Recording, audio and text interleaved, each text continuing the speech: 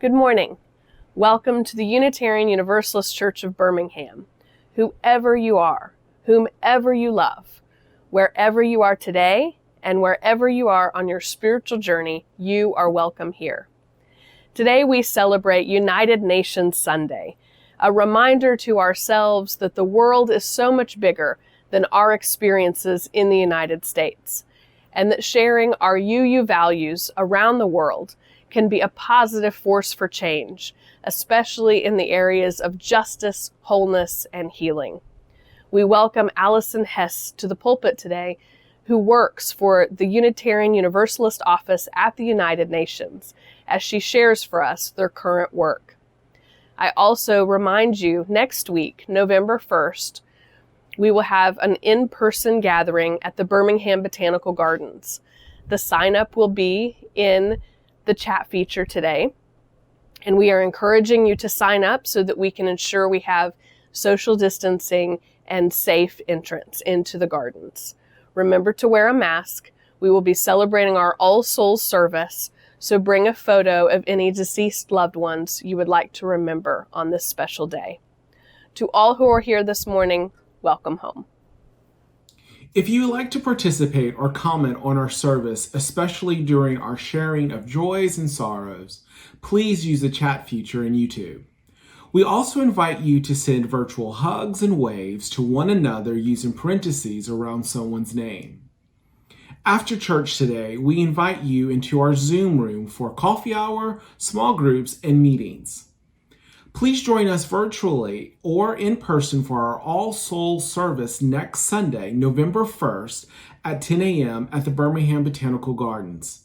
Check your email for our socially staggered sign-up to keep our gathering safe. We hope to see you there.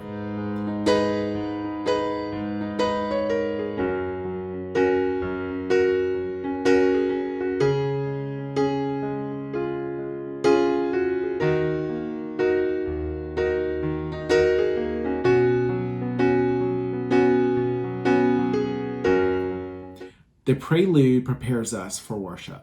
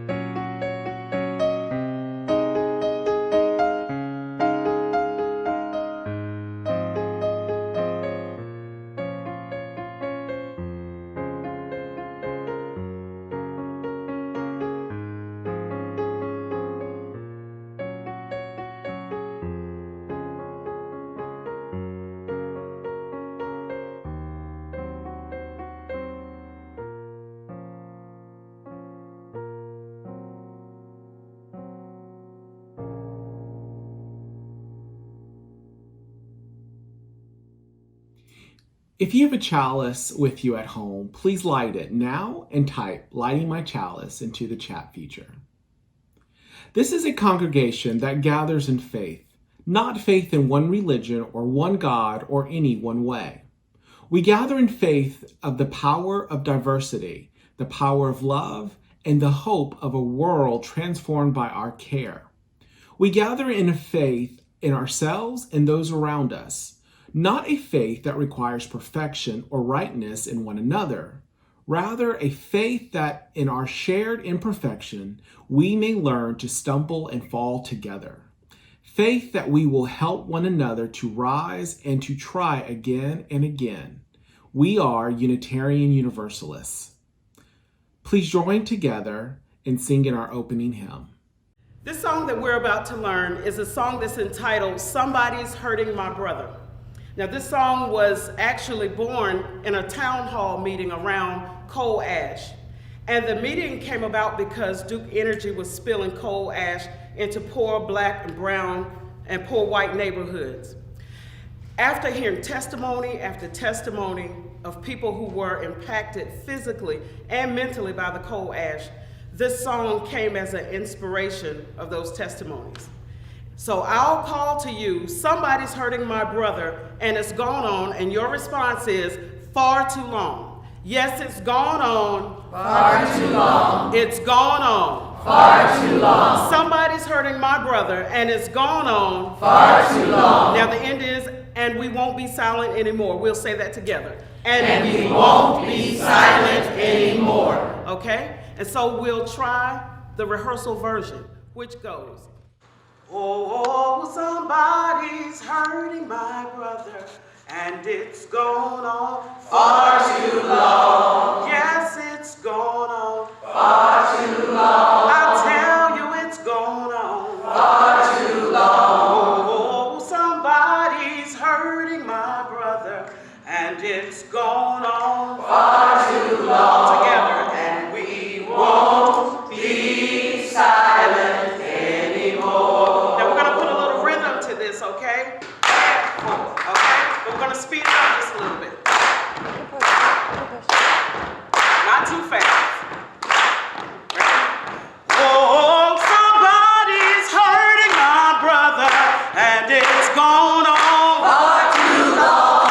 Yes, it's gone on. Far too long. Tell you it's gone on. Far too long. Oh, somebody's hurting my brother, and it's gone on. Far too long. And we won't Be silent anymore. Yeah, somebody's hurting my sister, and it's gone on. Far too long. Yes, it's gone on. Far too long. Tell you it's gone on. Far too long. Somebody's hurting my sister, and it's gone on. Far too long. And we won't Be silent anymore. Did you hear? Somebody's poisoning the water, and it's gone on. Far too long. Yes, it's gone on. Far too long. Tell you it's gone on. Far too long. Somebody's poisoning the water, and it's gone on. Far too long. And we won't Be silent anymore. Have you heard? Somebody wants to build that wall, y'all, and it's gone on. Far too long. And we Won't be silent anymore. and we won't be silent anymore. And we won't be silent anymore. Just your voices start clapping, and we won't. And we Won't be silent anymore. last time all together. And we won't be silent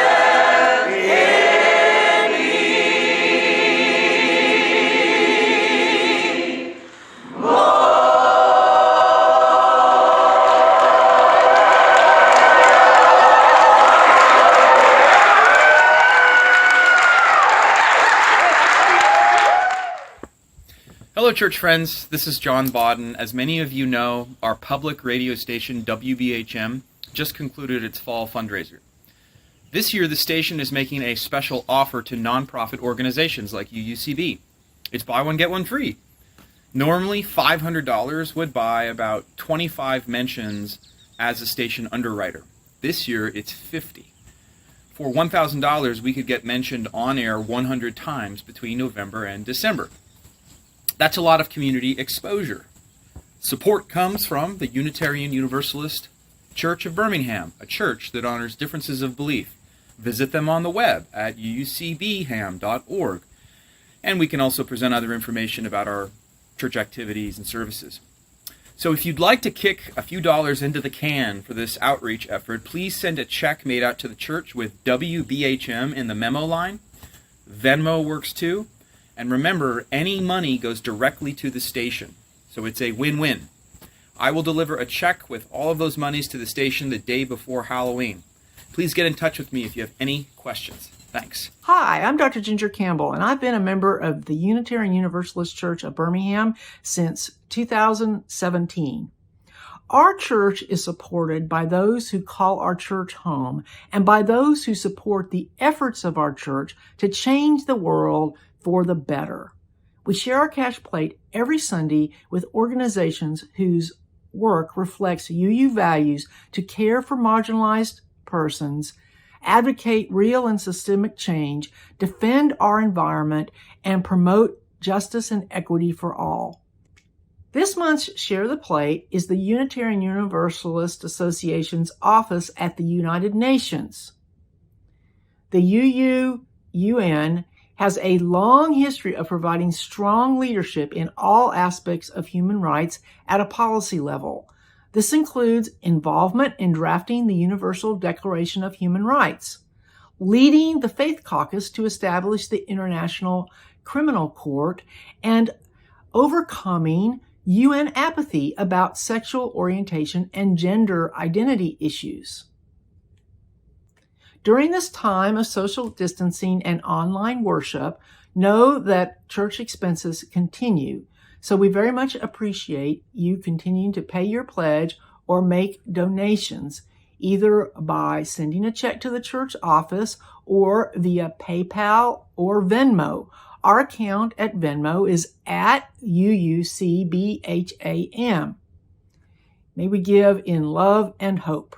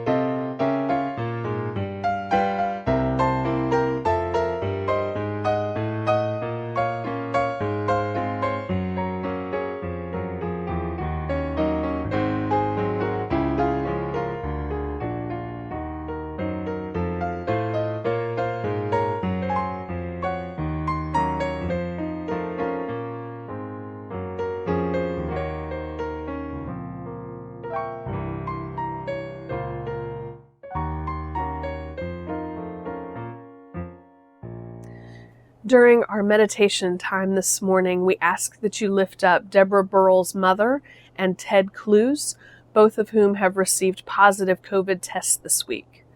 We also lift up Linda Corliss and Kim Spidell, both of whom have had knee procedures this week. Please keep all of these folks in your thoughts and minds this week. Using the chat feature in YouTube, by speaking it aloud, or by hearing it on your heart, please give voice to what is on your heart today.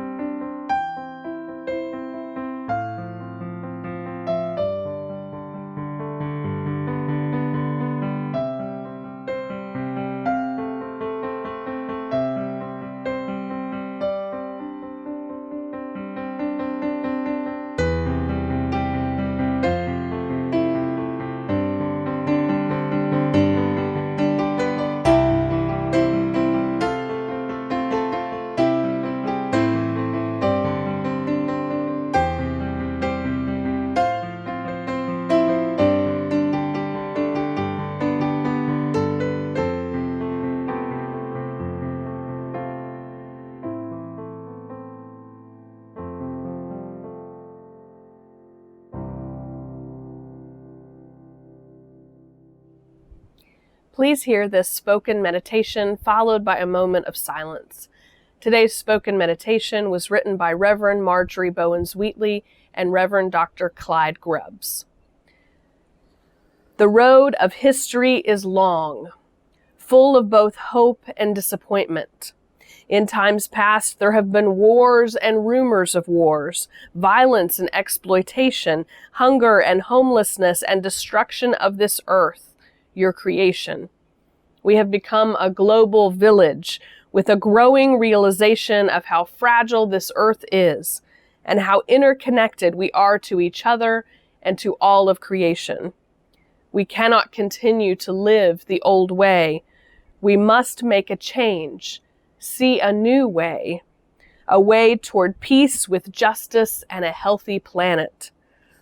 O great creative spirit, you have given a vision of the good, and we yearn for a new way. But where are we to find the courage to begin this work? We know that a different tomorrow is possible, but how can we build it? We think of the prophets, women and men who voiced unpopular opinions, who made personal sacrifices, and sometimes lost their lives for the sake of justice. We think of Isaiah, who called out to let those who are held in captivity go free, to give solace to the poor and homeless. Let us be inspired by all who work to overcome misery, poverty, and exploitation. We think of Harriet Tubman, who called out to people of goodwill to join her on an underground railroad, to lift a dehumanized people from the bondage of slavery to the promise of freedom, even when it meant challenging unjust laws. Let us be inspired by those who are outlaws for freedom. We think of Gandhi, whose belief in soul force, the witness to love's truth, helped to overthrow the oppression of an empire and gave witness to the way of nonviolent action. Let us be inspired to become witnesses for peace. We think of Chief Seattle, who reminded us that we belong to the earth, not the earth to us. Let us be inspired by all those who work for the healing of creation, of Mother Earth, and all her creatures. Who are the prophets who inspire you? They may be well known, or known only to you, offering personal inspiration, courage, and hope. May they join a great cloud of witnesses to a new way of life, the way of peace and justice, the way of justice lived according to the way of peace, the beloved community.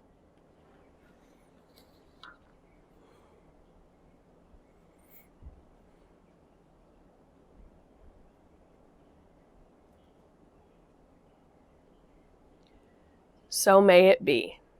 Amen. Will the children please come forward? Our story today is The Water Walker by Joanne Robertson. Joanne is a member of the Anishinaabe tribe, and this is the story she shares with us this morning. Nokomis loved Niba, and Niba loved Nokomis. Rain or shine, hot or cold, calm or wild. Every morning, like the women in her family before her, Nokomis hopped out of bed, and before doing anything else, she sang, "Gitche mi gwetch, Niba, for the life you give to every living thing on earth. I love you, I respect you." But one day, a wise Ogima told her, "In my lifetime, the day will come when an ounce of water costs more than an ounce of gold. What are you going to do about it?" Like an arrow, his words pierced Nokomis's heart. She looked around. She saw how people were disrespecting the water, wasting it, making it unfit for life. Day turned to night. Nights turned to weeks. And Nokomis remembered the Ogima's words. A few moons went by, and then one night, Nokomis had a bawajagun.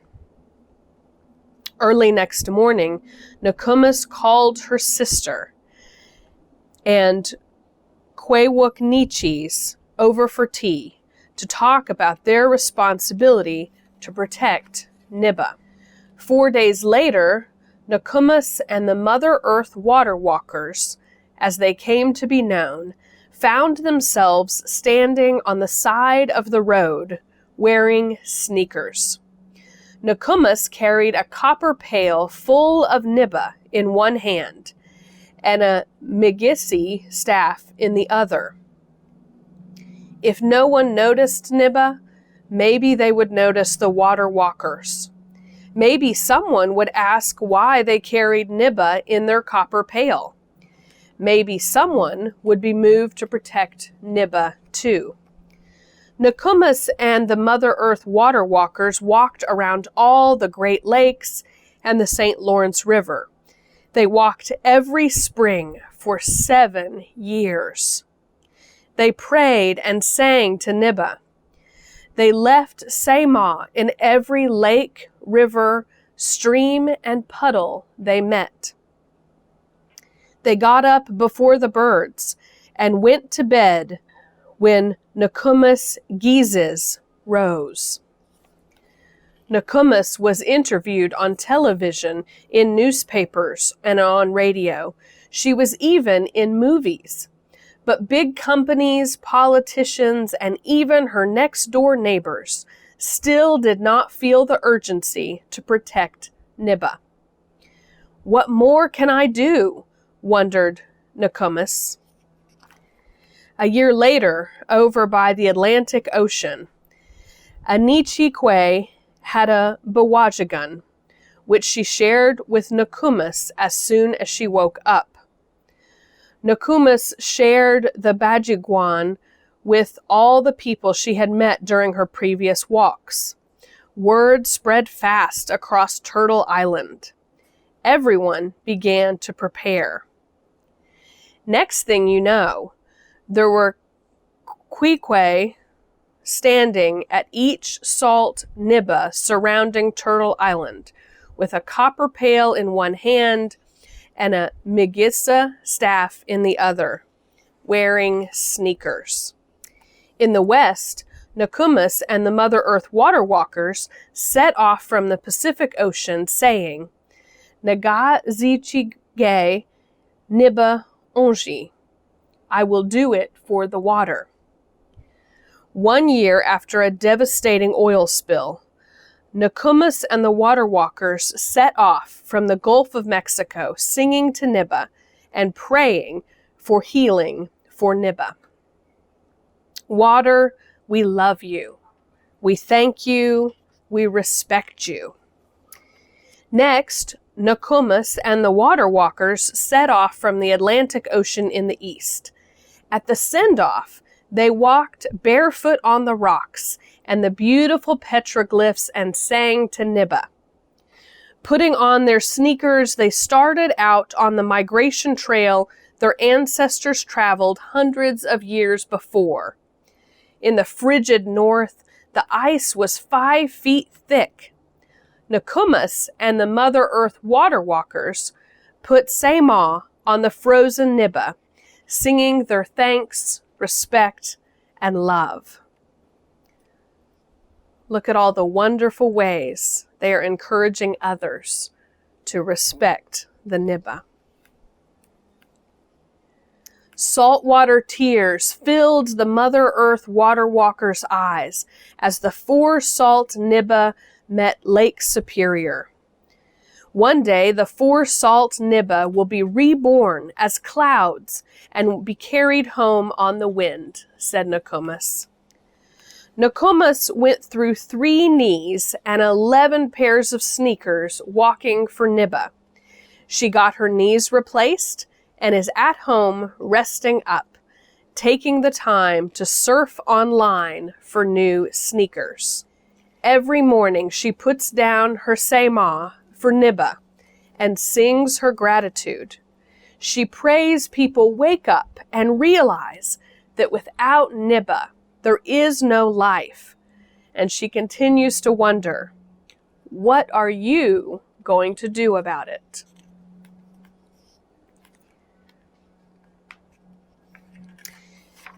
This story by Joanne Robertson is based on a real woman named Nokomis. She lives in Canada. In 2003, she started the Mother Earth Water Walkers. She walked, in 2015 alone, she walked 4,500,000 footsteps on her sneakers. She walks for all life on Earth, trees, birds, plants, insects, animals, your family, and all of your grandchildren's grandchildren yet to come. She has walked in all kinds of weather, on the sides of highways, down gravel paths, and even up mountains. No matter how sore and tired she is, she continues to sing to the water. By doing this, she teaches us that we must learn to flow like a river because healthy water moves freely.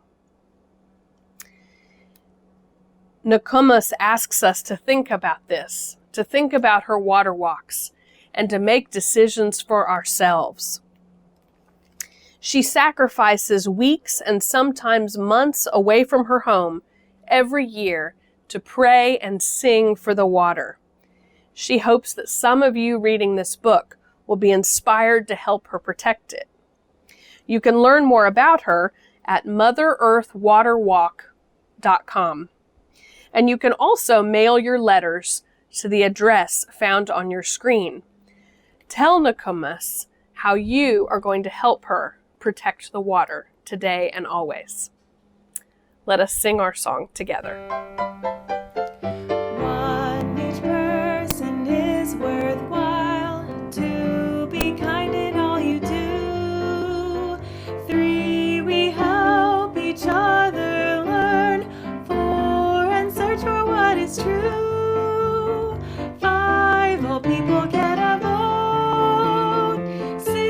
little just and peaceful world. 7, we take care of the earth. That will bring us back to me and you too. I grew up in Southern California. Hoping to experience something called weather, I went to college in Maine. I was excited about the prospect of a snowy winter, and after 4 of them, I think some of my New Englander friends were a little puzzled by my continued enthusiasm for freezing wind. I've now lived in New York City for just over 7 years. The first winter I lived here in 2013 to 14 was so cold and snowy that the trash in my neighborhood didn't get picked up for the entire month of February, because each time we took it out to the curb, it got buried under a foot of snow. This past winter, it didn't snow once in the city. Now I know that we might end up having another super snowy winter again this year because weather and climate are not the same. But the fact of the matter is the planet continues to set records every year for increasing global temperatures. I have several New York friends who, now that many of us can work remotely, are thinking of moving outside the city. Do you want to guess the number one thing I've heard from people in my generation as a priority for their new hometown? They're not looking at the housing market or the quality of local schools, though of course those are important. They're looking for somewhere that's going to be resilient to climate change. It turns out that's not as easy as you might think, because climate change threatens every part of our country in different ways. The county I currently live in is at high risk for hurricanes, water stress, and sea level rise. Most places in the US are at high risk of something, often several things at once. My parents would love for me to move back home to Southern California, but with a very high risk of water stress in that area, not to mention wildfires, sea level rise, and also, by the way, earthquakes, I'm not so sure. My generation and that of my niece and nephews have a very realistic feeling of dread as we look toward the future. As mentioned, today is United Nations Sunday, which is usually rather celebratory, and especially this year with the UN's 75th anniversary. It would be awesome to take this time to cheer the great work happening at the United Nations, and there is great work happening there. But with the way things are in our world these days, celebration just doesn't feel right. As it turns 75, the United Nations has acknowledged that climate change is the most significant threat that it needs to focus on right now and in the years to come. Many agencies and bodies within the UN are working hard to address climate change. But as an organization, there's only so much it can do without the investment and concerted action of member states, which means national governments. Putting pressure on national governments is up to us as voters and constituents.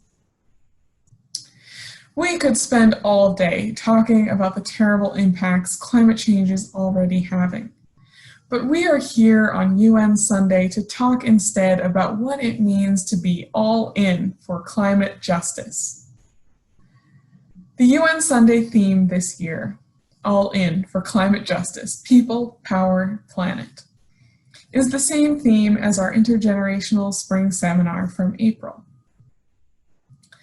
Addressing something that poses such an existential threat requires a shift in how we think and move through the world. It requires a recognition that people got us to this place of climate crisis, and people can get us out of it if we are all in. We need to come together to disrupt systems that have enabled the powerful and wealthy to exploit the planet for their own profit, while those with less power and wealth suffer the consequences. This shift means not just individual actions to reduce each person's carbon footprint, but also systemic changes throughout society to make our planet more livable. We are calling on Unitarian Universalists to be all in for climate justice, and for your local communities as a whole to be all in. Many congregations want to be involved with our UUA office at the United Nations, but don't necessarily have the bandwidth to take on a bunch of new projects. That is fine. We are here as a resource, and we want to hear from you. We want to help you understand how the issues you're working on locally are related to and can link into global movements. We want you to know about what's going on at the UN. We want you to feel connected to and committed to our UU sixth principle goal of world community with, as I like to say, peace, justice, and liberation for all. When the UU office at the UN was created in 1962, Adlai Stevenson, a Unitarian who was then US ambassador to the UN, suggested that UU congregations should have envoys to the United Nations. The envoy program continues to this day as a way for congregations to be in touch with our office and the work of the UN. My role is to support envoys and anyone who wants to be involved with resources and ideas for how to take action locally to address global problems like climate justice. Some local communities are already involved with the We Are Still In movement that signals ongoing commitment to climate action after the US announced it would withdraw from the Paris Climate Agreement. That's a perfect example of local organizing with a global impact. The UN Climate Conference held in 2015 in Paris was the first substantial move in bringing the world together to address global climate change. While the agreement was hailed at the time as a huge accomplishment, and getting 195 parties to agree to anything at all was certainly something to be celebrated, there were and continue to be major concerns that the Paris Agreement did not go far enough.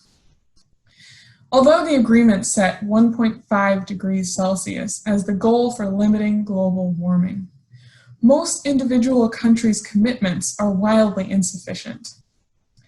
If all the commitments were met perfectly, the planet would warm by at least 3, maybe even 4 degrees Celsius above pre-industrial levels. That much warming would be devastating to food and water systems, cause the extinction of millions of species, and disrupt human life forever. The Paris Agreement was an insufficient move toward climate change mitigation, and an even less significant move toward climate justice. What would a significant move toward climate justice look like? It would look like specific and enforceable protections and support for communities most vulnerable to the effects of climate change. When we talk about acting for climate justice, we must prioritize the needs and leadership of those people: Indigenous, Black, and immigrant communities, people with disabilities, LGBTQI, and especially trans and non-binary people, youth, those who are experiencing poverty or homelessness, and those who live in crowded, coastal, or low-lying areas.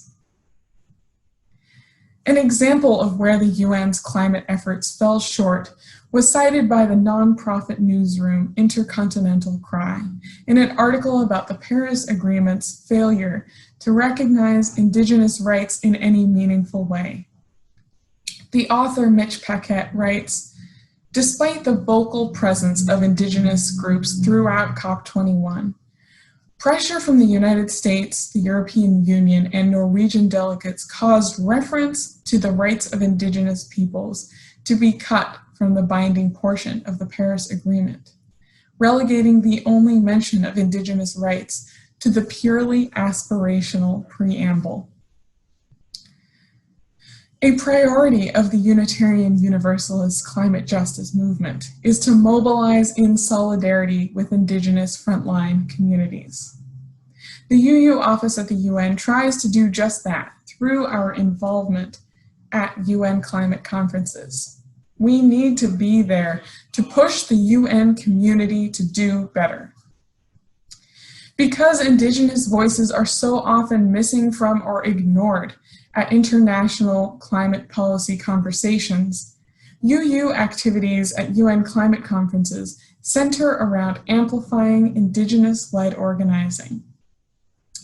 In 2019, UU credentialed representatives at COP25 in Madrid hosted an event featuring Indigenous leaders from frontline communities whom our UU Service Committee works with in Fiji and Tuvalu, who responded to the true impacts of some of the UN's climate solutions. Our planet has reached a crisis point because too many societies have for centuries seen the land and other beings as tools for our own benefit. We have neglected to respect and protect the inherent rights of the planet. People have accumulated power and with it have modified the behavior and even the DNA of plants and animals. We've reshaped mountains and rivers. We've polluted the air and water for our own progress. And generations of humans have also been working against that abuse of power. Part of being all in for climate justice means recognizing the wisdom of cultures and leaders who have been living sustainably on this earth.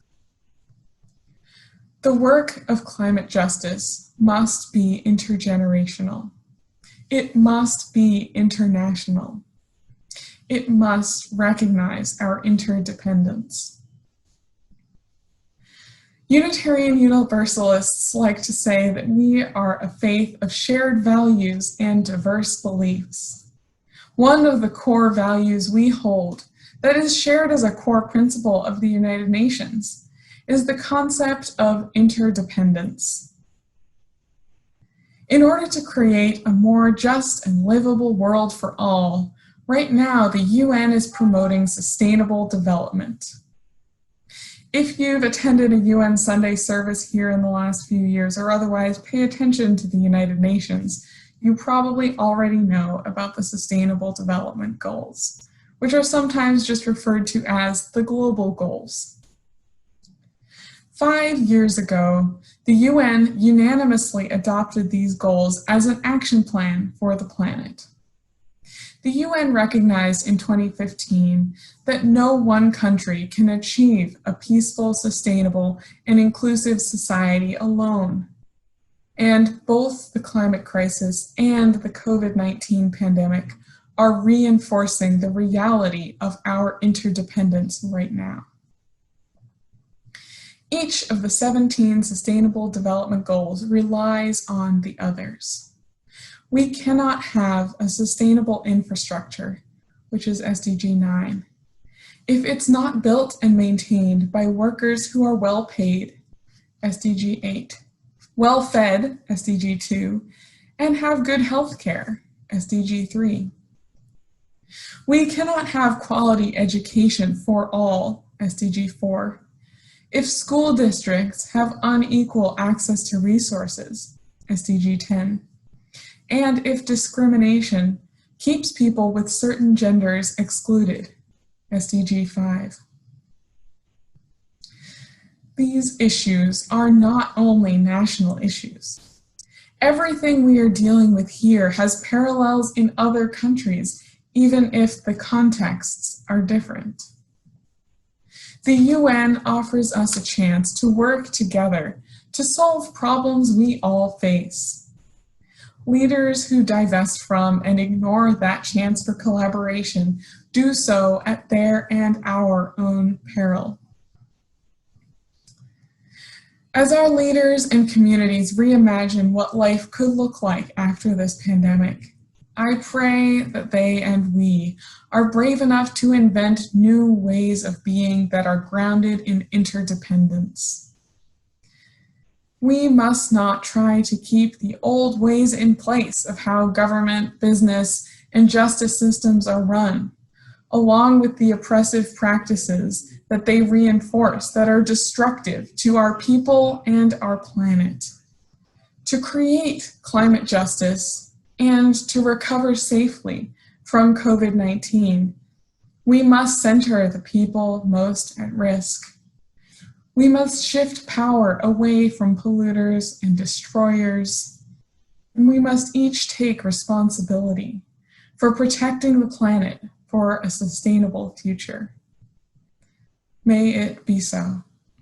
Please join us in our closing hymn, found in your order of service.